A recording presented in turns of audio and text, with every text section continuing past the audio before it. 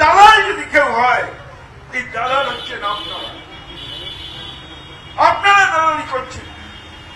আমাদের প্রতিজ্ঞা, আমাদের শপথ, প্রত্যেকটা কলেজে অবিলম্বে ছাত্র সংসদের নির্বাচন করতে হবে।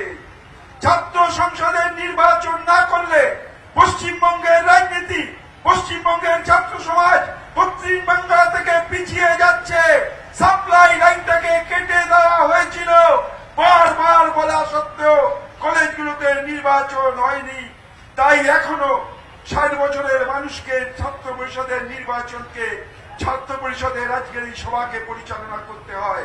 আমরা এই সরকারের কাছে, এই মুখ্যমন্ত্রীর কাছে আমরা দাবি করছি, যদি সেদিন আজকে কয়েকদিনের মধ্যে, কয়েক মাসের মধ্যে ছাত্র সংসদের নির্বাচন ঘোষণা না করেন, আমরা রাস্তায় নেমে ছাত্রদের নিয়ে প্রতিবাদ করব।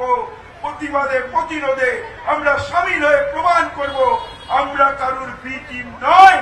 যারা বি টিম, যারা লোককে বি টিম বলছে, আমরা প্রকৃত তৃণমূল কংগ্রেস, আমরা এই জোড়া ফুলকে এগিয়ে নিয়ে যাব।